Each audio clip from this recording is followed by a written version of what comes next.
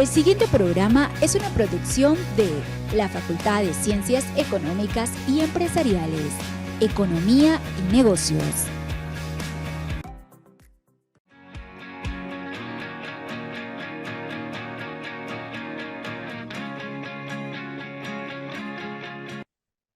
Okay, in this session we'll be discussing the relationship between the financial uncertainty and real activity, the goods, the bad, and the ugly, based on a published paper. Now we're with one of the authors.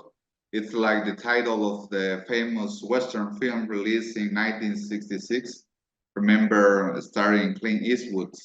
So in this interview, we'll focus to categorize different aspects of this referring to positive elements, negative or perhaps undesirable aspects, and unpleasant or challenging elements. So we will consider perhaps a key channel through investment. We will ask our international guests what are the main effects of uncertainty, especially when it is high, and how it affects, for example, businesses, investment plans, concern about future profitability and economic conditions. Additionally, we will consider the influence on consumer behavior. So perhaps, as you know, one of the mission of this program is to put efforts in communicating and relevant research to our audience. So in this way, first of all, I want to thank to Dr. Giovanni for being here with us. And it's really an honor to be with you in this conversation. Many thanks, Alejandro. It's a pleasure for me to be with you discussing what is uncertainty, what are the effects of increases in uncertainty, and especially financial uncertainty on the real economy. It's it's been for the last 15 years one of the major topics in empirical macroeconomics. It has attracted lots of attention, and I've been fascinated by the topic as well. So I've been working this now for quite a few years. Okay, thank you, Dr. Giovanni. Before starting our interview, I want to introduce our international guest. Dr. Giovanni Caggiano is a professor at the Department of Economics and Management in University of Padua. Indeed, he has a PhD in economics and econometrics in the University of York. Recently, Dr. Giovanni has published papers in global financial uncertainty and monetary policy during the Great Recession, and other papers more.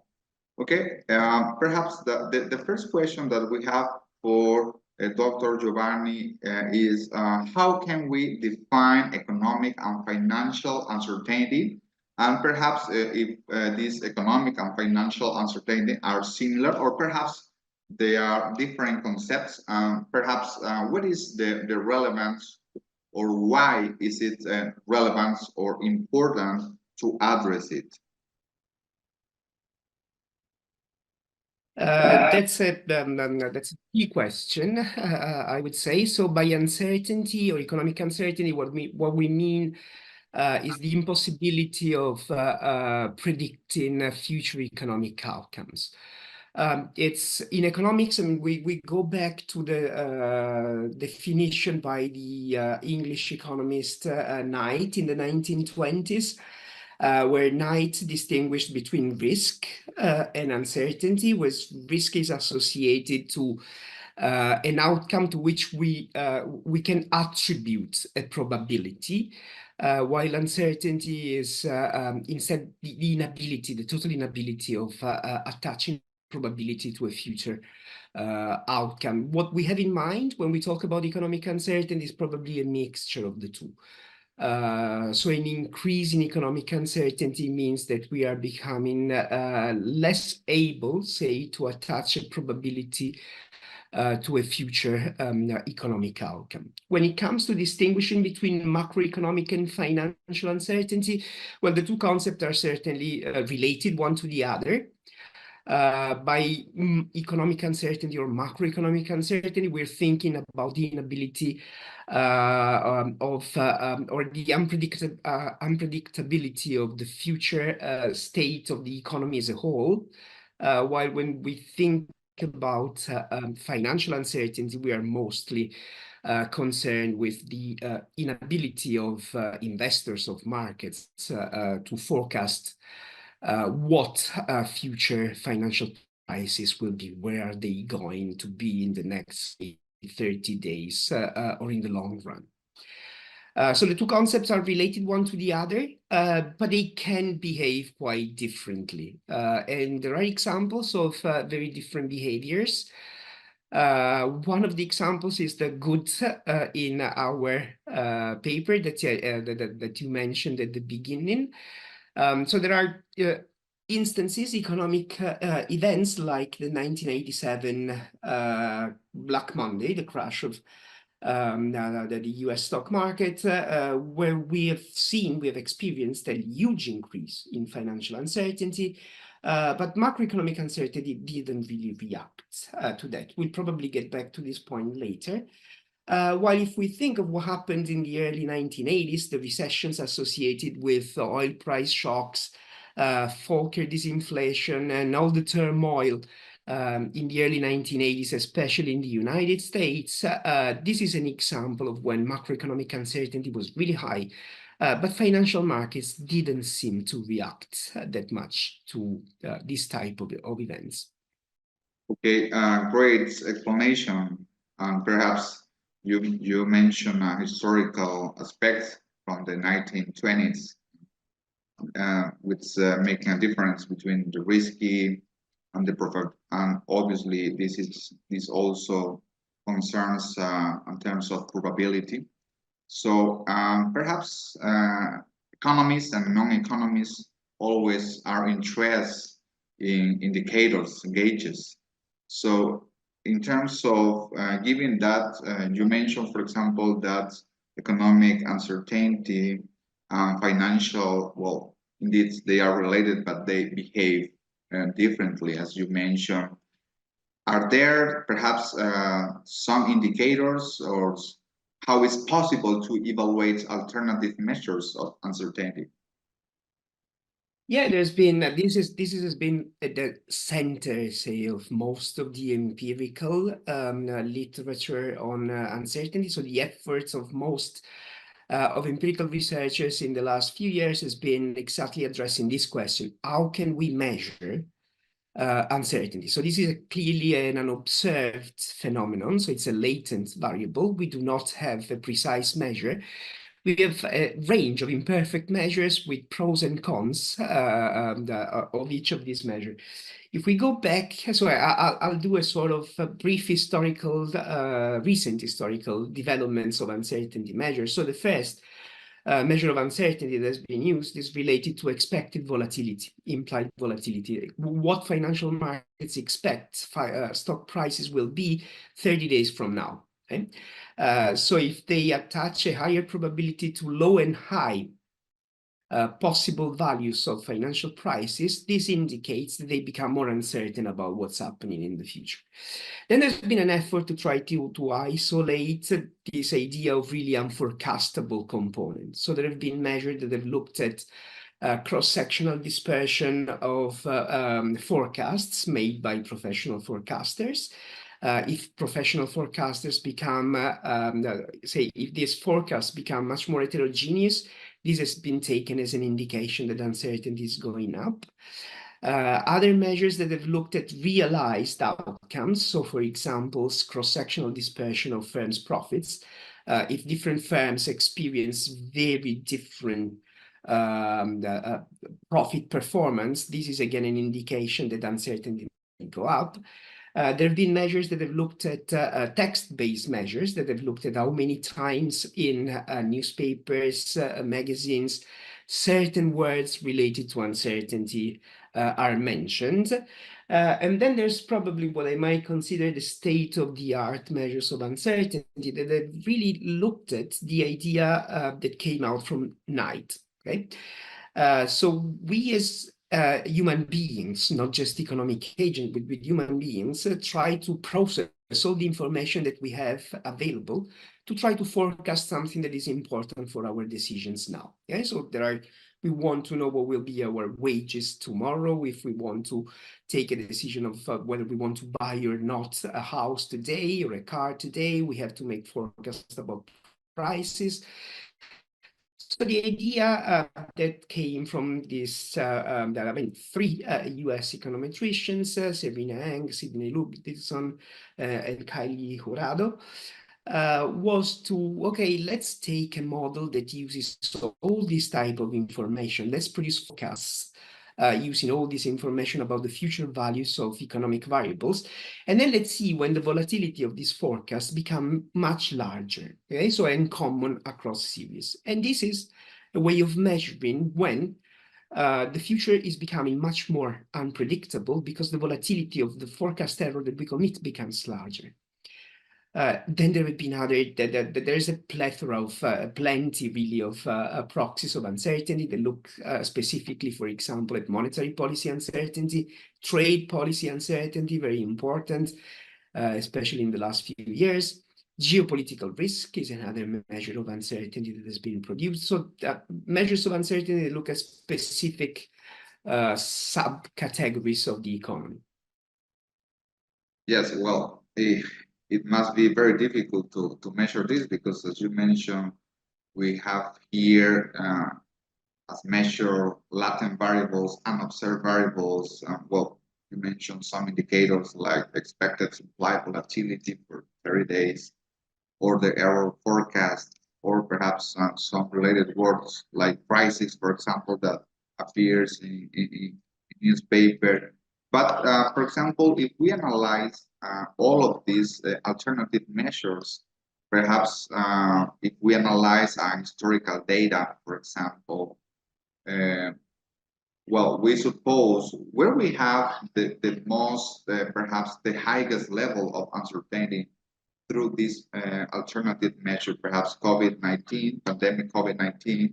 And another question is if do we still perceive high levels of uncertainty in this context, 2024, for example? Yeah.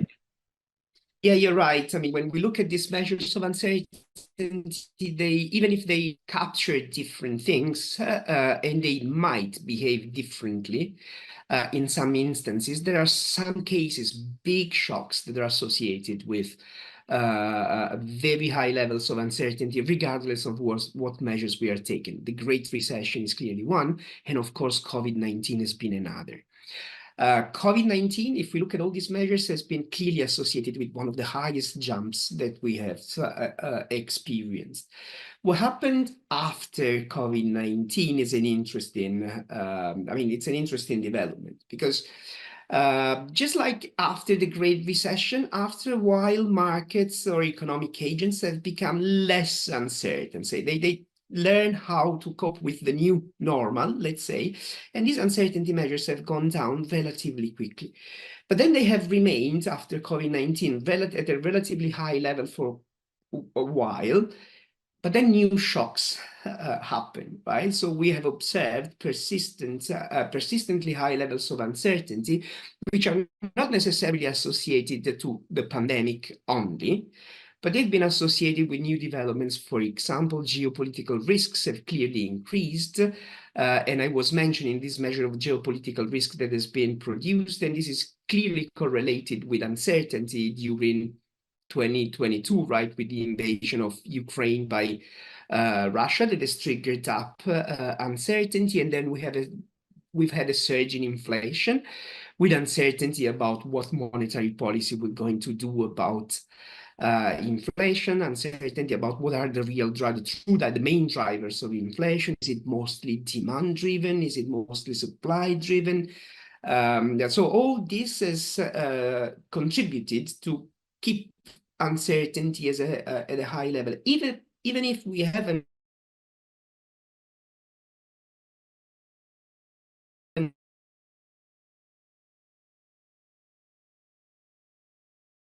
seen spikes of the same, Okay.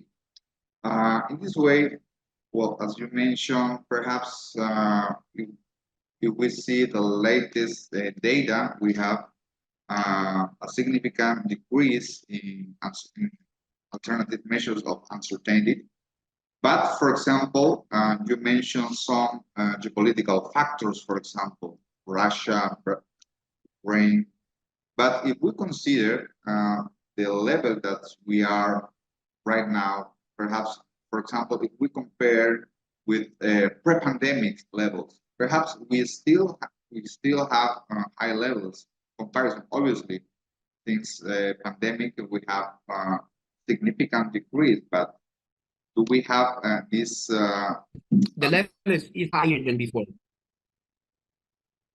Yes. Yes, absolutely. So we have, as I said, the uncertainty went down, but then it stabilized at a higher level compared with what we've observed, say, pre-pandemic. So uncertainty has remained higher than it used to be, say, in the late 2010s, say. So it's certainly at a higher level, and a number of factors have also contributed to this relatively higher level than before. So there's been a sequence of shocks, let's say, that have kept uncertainty at a higher level than before. Okay. Coming back to your research, what were the main motives that you had to develop your research on financial uncertainty and real activity? Perhaps what could be the expected relationships between these two variables? Yes, now there's been lots of work in trying to understand what are the effects of uncertainty on real activity, and there is enough evidence to say that we almost all agree that an increase in uncertainty is detrimental for economic activity. But it's not necessarily clear what is the mechanism that transmits an increase in financial uncertainty to the real economy. Okay? So that was the starting point for my research. What matters, right? If we are policymakers, we want to know how these shocks transmit to the real economy to be able to set up the correct, say, response in terms of policy. So that was the starting point, and the literature that the economic literature about uncertainty isolates mostly, I would say, three channels through which uncertainty can propagate. Okay? One goes through what we call a wait-and-see effect. So there are, it's costly for firms to build a new plant, for example, to hire new workers, because there are irreversibilities here. If I open a new plant and things go wrong, I cannot recover the investment by selling back, say, the plants that I have built. And this was the first channel that has been highlighted, say, by the literature. So there are irreversibilities in certain associated with certain economic decisions that push firms to wait and see. If we're living in an uncertain time, I'd better wait and see until the smoke clears, using Blanchard's words, and then I will decide whether or not an investment is worth undertaking. A second channel goes through demands, and it's okay, if times become uncertain as a consumer, as a household, if I think that the probability of having a bad event is going up, I'd better save. No, it's the saving for rainy days argument, precautionary savings, and this decreases demand and depresses economic activity. But then there is a third channel that has been highlighted, which is, okay, when uncertainty goes up, the probability that firms can go bankrupt increases. Right? So more firms might become unable to repay their loans. And if this is the case, the credit markets will go under stress. Okay? And the risk premium that one wants firms and households to pay to get a loan goes up. Okay, so this is the financial frictions channels. There are theoretical models that try to put the three together, or at least two of these three channels together, and try to understand which is the dominant one. What we wanted to do in our research is to look at the data and try to assess which of these channels is the most relevant one, say. And we come up with a conclusion that this financial frictions channel is really what matters. Great. So you mentioned that it's not necessarily clear these relationships between the mechanism of the channel transmission between financial uncertainty and real activity. So perhaps, well, you mentioned clearly the three possible channels, like, for example, investment, like consumer or household behavior, and very importantly, the credit market or the financial frictions. But, well, you know, I know that this question for our audience could be a little difficult because you know that perhaps in quantitative methods, there are some problems like endogeneity problem. What is a endogenous variable, or what is an exogenous variable could be a problem. So in that sense, for example, if we think that perhaps financial uncertainty is not an exogenous variable, like, for example, is an endogenous variable. Perhaps here the question is, what drives financial uncertainty? Or in other terms, what are the main sources of uncertainty? This is a great point. Of course, from my side and empirical research, this is key to convince everyone, right, that we are really isolating the impact of an exogenous change in uncertainty. Now, when it comes to that, there are, say, techniques with more or less convincing ways of doing this, but it's not this technical aspect that is of interest now. I guess now it's why do we see these increases in financial uncertainty or in uncertainty in general. Some of these increases might be, as you say, endogenous to the economic system. Okay, there is a recession triggered by something else, which might be productivity slowdown, or might be a decrease in demand due to I don't know, a political event or a war that trigger endogenously and increases in financial uncertainty. In other cases, it is really related to unexpected shocks, right? Natural disaster, terrorist attacks might drive increases in financial uncertainty. This is what we've seen in 9/11. Financial crisis, so an increase in financial uncertainty, the increase in financial uncertainty that followed the global financial crisis, Lehman Brothers collapse, is clearly driven by the collapse of a huge financial institution. So when it comes to understanding really what are the determinants of uncertainty, I think here we still have work to do. And there's been progress in the literature in trying to understand whether or not we're talking of an exogenous impulse of the business cycle or an endogenous response. I've done work on this as well. I might come up with the results of my research, but of course, when it comes to what triggers this, we can call black swans, right? These very huge increases that seem to come out of nowhere. I think this is an avenue for future research that is worth exploring more. Exactly. Thank you, Mr. Dr. Giovanni. Given that said, what were your main findings in your paper? Well, as the title of your research, in this relationship between financial uncertainty and real activity, what is the good, the bad, and the ugly? Yeah, that's a great point because, okay, of course, the inspiration of the title of the paper is the movie that you mentioned, the great movie that you mentioned, and this distinguishing between the good, the bad, and the ugly. really had one aim, one objective, that was to try to isolate what policymakers can do.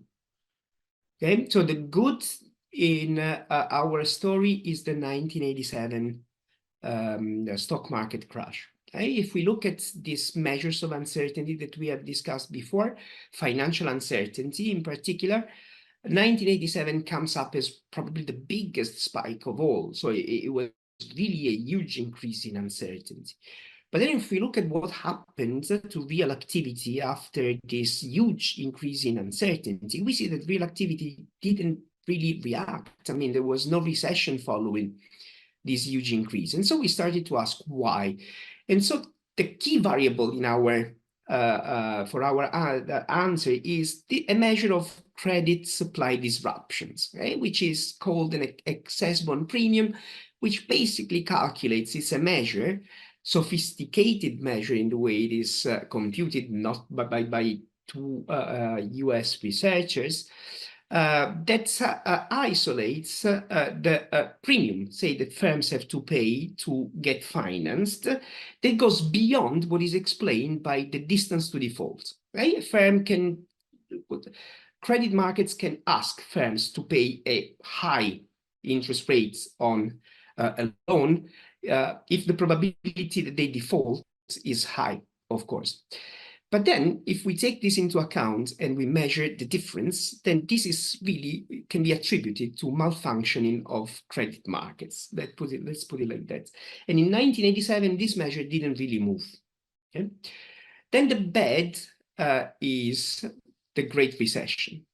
In the Great Recession, we've seen this huge increase in financial uncertainty comparable to what we've seen in 1987. Then we've seen that the very same measure, this measure of credit market, say, dysfunctions, went up enormously. Okay, and we find this different behavior is key in transmitting financial uncertainty into the real economy. Then the ugly one is the COVID-19. Which is not part of the sample that we examined, but we've seen, again, huge increase in financial uncertainty, but this measure of excess bond premium that didn't really move much. What's the story behind this is the response of the central bank. Okay? So in 1987, the Federal Reserve, at the time, Greenspan was the chairman of the Federal Reserve, intervened immediately. As in the words of Bernanke, Bernanke said Greenspan flooded the market with liquidity. So liquidity was fully provided to credit markets, and this excess bond premium didn't really move. In 2008, well, the central bank was taken by surprise. It was an unprecedented event, and credit markets froze. We probably, people of my age, can remember the credit freezing that followed the Great Recession. And this had a huge impact on real activity. COVID-19, the central bank, I think, was fully prepared at the time, given the experience of the Great Recession, and they immediately stepped in March 2020 and provided credit markets with lots of liquidity. And in this way, that's why we call it the ugly, because it could have been uglier, but it was not that bad, because in this way, we think central bank, the behavior of the Federal Reserve and most central banks in the world made the recession less persistent, less, say, that they mitigated the impact of the uncertainty related to COVID-19. Thank you very much, Dr. Giovanni. Well, this interview was really very short. I had many further questions, but I want to finish this conversation. What you were mentioning before, if if it is possible, for example, to mitigate financial uncertainty, perhaps how? Yes, I think the key, I mean, from what I've learned, say, from my own research, is that the main channel through which uncertainty transmits and can be damaging for the real economy is if this makes credit markets to stop functioning, right? So firms that have to face tough decision in uncertain time do not have access to credit as they should. Consumers as well do not have access to credit as they should, in terms that the interest rate that they have to pay goes up because of this increased uncertainty. So here, the best intervention that one can think of is, again, central banks that step in and provide enough liquidity to keep interest rates at low levels, so that credit markets can keep functioning, and firms and consumers can still have access to credit markets, and investments and consumption decision can still be taken despite the higher level of uncertainty. Dr. Giovanni, thank you again. I really appreciate all of your comments and significant contributions. Please, I kindly invite you for another conversation again for the near future. I'd be happy. It's been a great pleasure to be with you, Alejandro, and with your, with all the audience that you will have. Thanks again. It's been really great to talk to you. Thank you, Dr. Giovanni. This was our main conversation in this session, discussing some concerns about the relationship between financial uncertainty and the real activity. Now we go to our institutional announcement, and then we'll continue with our program. We have more coming up.